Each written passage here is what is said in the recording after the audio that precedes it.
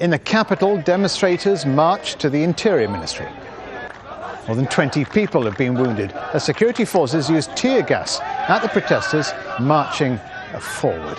The street in front of the state television building was blocked in readiness for the rallies. Now, Egypt's military rulers have declared 3 days of mourning and promised to pay compensation to each family that lost anyone in the riots in Port Said. Tensions are still high in Parliament, where some lawmakers criticise the government's handling of the situation. Rawya Rageh reports. Even the nation's representatives were at loss when it came to how the crisis should be addressed. Arguments broke out in Parliament after the Speaker tried to end the live broadcast of the session.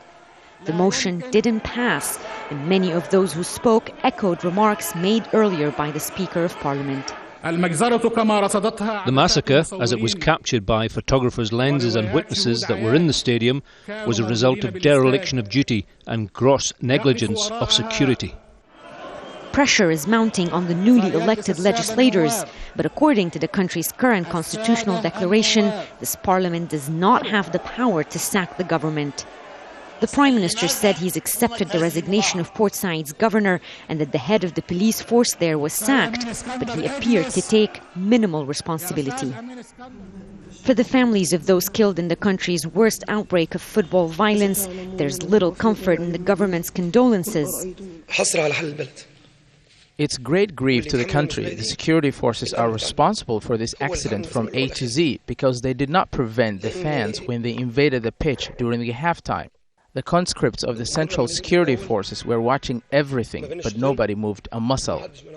The head of the country's ruling military council has personally intervened, supervising the evacuation of the injured and meeting the returning footballers. I gave my orders to start an immediate investigation. From now on, the General Prosecutor will investigate this sad situation that saddens the Egyptian people.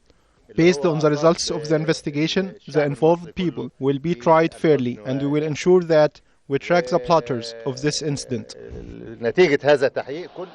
Many are blaming Port Said's authorities for failing to prepare for the game between rivals al-Ahly and al-Masry, who have a history of violent clashes.